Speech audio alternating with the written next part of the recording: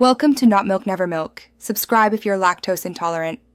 You're going to link your contacts now. First, make sure you're signed into the correct Google account on the device. Open Settings, go to Accounts, select Google, and toggle Contacts on. If you have a large address book, back up locally or export a V-card before proceeding so you can restore if needed. Once done, open the Contacts app and refresh. Sync should begin automatically. If it doesn't, stay on this step and check connectivity and account permissions before moving on. Now you'll resolve duplicates and choose where new contacts live. In Contacts, Google, use Merge and Fix to find duplicates, then review each suggestion before accepting so you preserve unique data.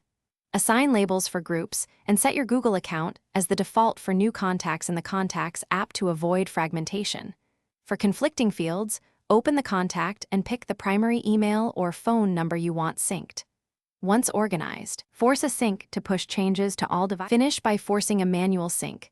Open Accounts, select Google, and tap Sync Now to push everything. Verify on a second device or contacts. Google, to confirm all entries and labels appear.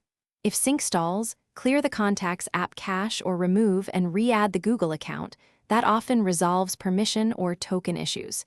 Make an export of your consolidated contacts as a final backup. If problems persist, check Google account storage and network restrictions before contacting support.